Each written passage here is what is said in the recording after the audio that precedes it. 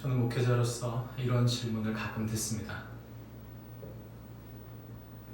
목사님, 저는 믿는다고 하는데 의심이 자주 납니다. 믿는다고 하면서 의심하는 건 맞습니까? 믿는다고 하면서 의심이 나는 것은 두 가지의 경우입니다. 하나는 믿고 싶지 않아서 의심이 나는 것입니다. 그래서 그것들을 부정적으로 보고 이 부정적인 의심은 결국 부정적인 생각이 나고 부정적인 근거가 나타나면 그래, 이건 틀렸어 라고 생각하는 것이죠.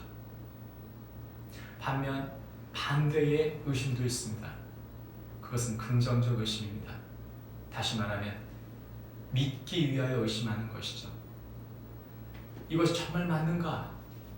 나는 정말 맞는 것을 찾아가고 싶고 믿기 위하여 의심해보는 것입니다. 부정적 의심과 긍정적 의심이 섞일 수도 있습니까? 예, 때론 그럴 수도 있습니다. 그러나 의심 전체를 다 부정적으로 보는 것 옳지 않습니다. 알레스터 맥그라스의 의심에서 확신으로라고 하는 책이 있는데 그 책에서는 우리에게 의심해보라고 말합니다. 왜냐하면 그 의심을 통해 더 확실하게 믿기 때문입니다. 우리의 삶에는 많은 의심이 따라오는 상황에 우리는 봉착해 있습니다. 우리가 살면서 우리가 마음속에 드는 의구심, 이러한 여러 의심들은 이 시대가 표면적인 시대가 돼가고 있고 그리고 여러 소문과 뉴스들이 우리의 마음을 복잡하게 하기 때문입니다. 상황이 복잡할 때 우리는 더더욱 의심할 수밖에 없습니다. 과연 지금 말하고 있는 기준이 맞는 것인지,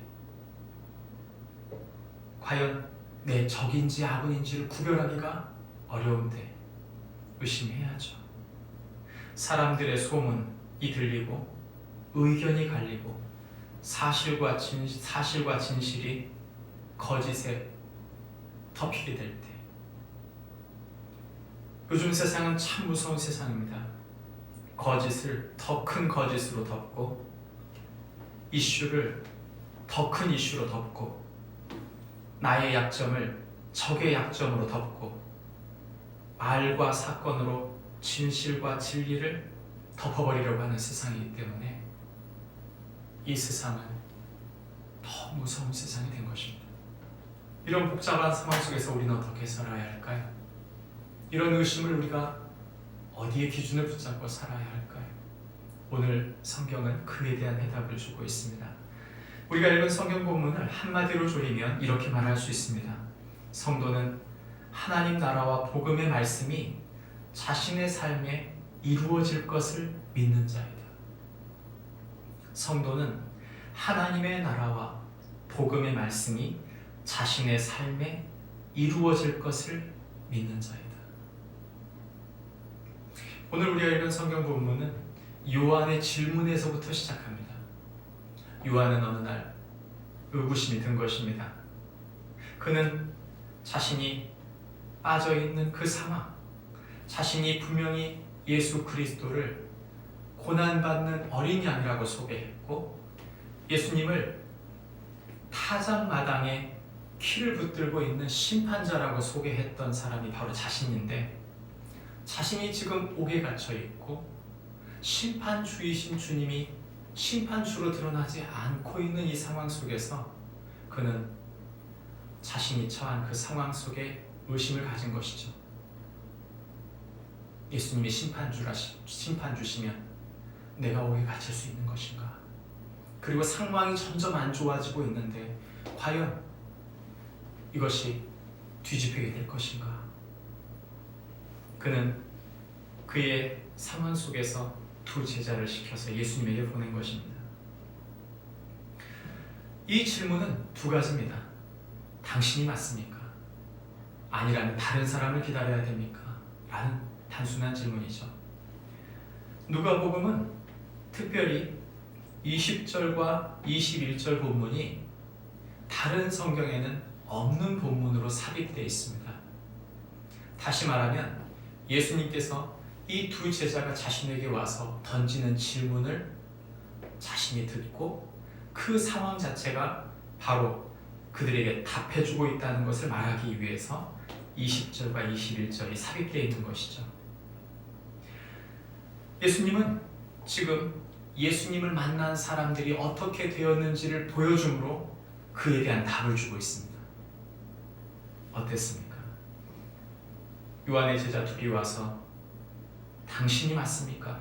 다른 사람을 기다려야 합니까? 라고 말할 때 21절에 마침 그때 예수께서 질병과 고통과 악귀 들린 자들을 많이 고치시며 또 많은 맹인을 보게 하셨다. 무슨 말입니까? 그들의 눈앞에서 펼쳐지고 있는 이 상황은 이전에 없던 놀라운 상황을 보여주고 있는 것입니다. 예수님은 지금 그들의 눈앞에서 그 현실이 뒤바뀌고 있는 것을 보여주고 있는 것이죠. 예수님의 대답은 너무 명료합니다. 예수님 당신이 바로 요한이 기다렸던 그 메시아라는 사실을 삶으로 보여주고 계신 것입니다. 그것보다 더 확실한 대답이 있을까요? 예수님은 이에 대하여 말씀하시면서 23절에서 누구든지 나로 말미암아 실족하지 아니하는 자는 복이 있다 말씀하십니다. 예수님이 이처럼 그들에게 대답했을 때 이들은 요한에게 돌아갑니다. 그리고 예수님께서 요한에 대한 이야기를 하시죠. 왜 예수님께서 요한에 대한 이야기를 하실까요? 예수님과 요한은 지금 한 방향으로 가고 있기 때문입니다. 예수님과 요한은 함께 동역하는 사람인 것이죠. 뿐만 아니라 이 요한은 바로 많은 사람들이 따랐던 사람일 뿐만 아니라 그 요한이 이 질문에 대한 답을 얻고 돌아갈 때 사람들에게 요한에 대한 설명이 필요했던 것입니다. 사람들이 원했던 것이 무엇입니까? 사람들이 정말로 보고 싶어 했던 것은 무엇이 진리인가 하는 것입니다. 왜냐하면 시대가 너무 어둡고 너무 어수선한 상황이었던 것이죠. 너무 복잡한 상황에 빠져서 앞으로 어떻게 될지 알 수 없었던 그 상황 속에 이들은 요한이 바로 그 회개의 세례를 선포했을 때 하나님 나라에 대한 그의 선포가 그들의 가슴 중심에 진리라고 믿고 따랐던 것입니다. 그것은 그들의 감정이나 그들이 단순한 상황적 의지를 하려고 해서 그런 것이 아닙니다. 그들 중심에는 예수 그리스도께서 오실 것이라고 하는 메시아에 대한 기대가 있었고 하나님의 말씀을 따르는 그들의 중심이 있었던 것이죠. 그래서 예수님께서 그들의 마음을 건드신 것입니다. 이 말을 쉽게 풀이하면 이런 것입니다. 그들이 진짜 원하는 건 뭘까요? 그들이 진짜 원하는 건 하나님의 진리를 찾는 걸까요? 아니면 쇼를 원하는 걸까요? 여러분, 우리가 조심해야 될 것이 예배를 쇼처럼 생각하면 안 됩니다. 저와 여러분은 유일하신 청중이신 그분 앞에 서는 것입니다. 누가 어떤 실수를 했다 그건 중요하지 않아요. 근데 우리는 유독 예배를 드리면 누가 실수했다는 것에 계속 신경을 쓰고 더 화려한 것을 보려고 하고 우리가 뭔가 하나님께 뭔가 쇼를 해야 될 것 같은 생각이 드는 것이죠. 그렇지 않습니다. 예배의 본질은 예배자, 그가 하나님을 향하고 있는가 하는 것입니다.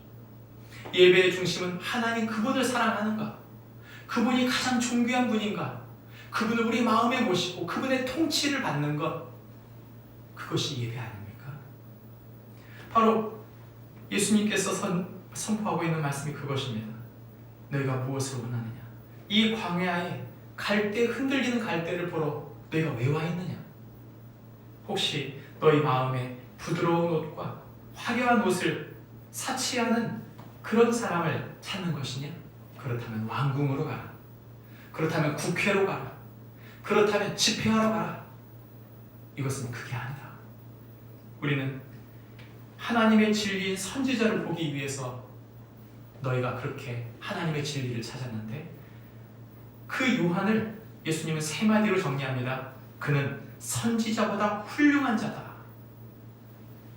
그리고 그는 사자, 안겔로스라고 하는 이 말은 전령이다, 나의 대사다, 이렇게 말합니다. 그리고 세 번째는 여자가 낳은 자 중에 가장 큰 자다, 이렇게 말합니다.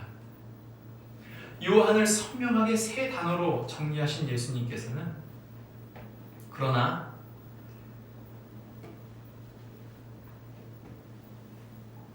28절 말씀을 보면 후반부에 그러나 하나님의 나라에서는 극히 작은 자라도 그보다 크다, 역설적으로 말씀하십니다. 무슨 말입니까? 하나님의 나라, 예수 그리스도의 초림이 오기 전까지는 바로 이 세상에서 가장 하나님의 진리를 선명하게 창세기부터 말라기까지 선포했던 말씀 중, 말라기가 예언했던 그 3장 1절과 4장 5절에서 선포했던 그 엘리야가 바로 가장 위대한 선지자인 요한이라면, 그 요한이 말했던 그 메시아의 초림, 그리스도가 오셨다면 시대가 바뀐 것이라는 것이죠. 그래서 하나님의 나라에서는 극히 작은 자라도 그보다 크다. 예수 그리스도를 만나고 예수 그리스도를 주로 영접하고 예수 그리스도와 동행하는 사람, 그는 이전에 있었던 요한보다 훨씬 선명한 진리로 서게 된다. 하나님 나라의 도래 이후에 자신이 더 큰 분이심을 예수님은 암시적으로 말씀하신 것입니다. 그러면서 예수님께서 그 세대의 흐름에 대한 이야기를 하고 있습니다. 어떤 세대였습니까? 이 세대는 거부하는 세대였습니다. 우리가 읽은 성경 본문 말씀의 29절과 30절은 다른 본문, 공관복음에는 없는 누가복음에만 있는 본문입니다. 29절과 30절 말씀은 모든 백성과 세리들은 요한의 세례를 받으려고 했습니다. 그리고 그 세례를 통해, 그 말씀을 통해 하나님 앞에서 의롭다함을 받았다고 말합니다. 반대로 바리새인과 율법사들은, 이들은 당시의 흐름을 주름잡고 있었던 사람들인데 오히려 이들은 그의 세례를 받지 않았습니다. 예수님은 그들 자신을 위해 하나님의 뜻을 저버렸다. 다시 말하면 내 뜻과 내 생각과 내 중심이, 내 주장이 하나님의 뜻보다 더 중요하다고 선포한 것입니다. 그래서 그 세례를 받지 않았다는, 여기서 하나 해석하고 가야 합니다. 세례란 무엇입니까? 자기 부인입니다. 나를 부인하지 않고도 얼마든지 복음을 영접할 수 있다. 하나님 나라의 통치를 받을 수 있다. 거짓말입니다. 자기 부인을 하지 않는 종교인은 종교인일 뿐입니다. 예수 제자가 아니고, 정확히 말하면 성도도 아닙니다. 오늘 우리가 읽은 성경 본문에 나오는 이 특정한 이야기, 이것은 바로 그 다음의 풀이를 풀어주는 아주 중요한 핵심입니다. 예수님은 하나의 비유를 듭니다. 그것은 장터에서 아이들이 피리를 불고 곡하는 이야기죠. 그런데 오히려 너희는 춤추지 않고 함께 곡하지 않았다. 이것은 무엇입니까? 종교인은 진리의 말씀 앞에 무감정하고 무표정하고 무반응한다는 것입니다. 그리고 이들의 속성에는 아주 중요한 특징이 나타납니다. 그것은 바로 부정적이라는 것입니다. 하나님의 진리를 기꺼이 받아들이지 않고, 믿으려고 의심하지 않고, 아예 부정적 의심으로 다가가서 비판을 위한 비판을 한다는 것이죠.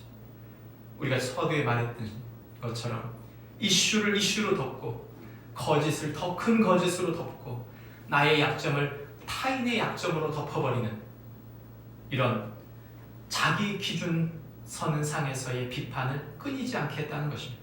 이런 혼란스러운 상황에서 무엇이 진리인지 어떻게 알 수 있나요? 성경 맨 마지막은 이렇게 말합니다. 지혜는 자기의 모든 자녀로 인하여 옳다함을 얻느니라. 무엇이 진짜인가를 판단하는 척도는 무엇인가? 그 진리를 품은 자들이 마지막에 이것이 맞다라고 하는 그것을 경험하고 난 다음 그것이 최종 후에 진리를 품은 자들이 옳다고 인정하게 된다는 것입니다. 이것은 하나님의 구원 계획을 긍정하는 이들, 즉 요한과 예수님의 말씀과 세례 사역을 긍정했던 이들을 말하는 거죠. 진정한 제자들에 의해서 옳게 평가된다는 얘기를 하고 계신 거죠. 말씀을 정리하겠습니다. 예수님은 이런 혼란과 의심을 어떻게 대처하셨습니까? 예수님은 삶으로 보여주셨습니다. 예수님은 살아있는 메시지보다 위대하신 분이라는 것을 보여주셨습니다. 예수님은 자기를 부인하고 자기 하나님의 백성을 통해 결국 옳다함을 인정받기를 원하시는 분이십니다.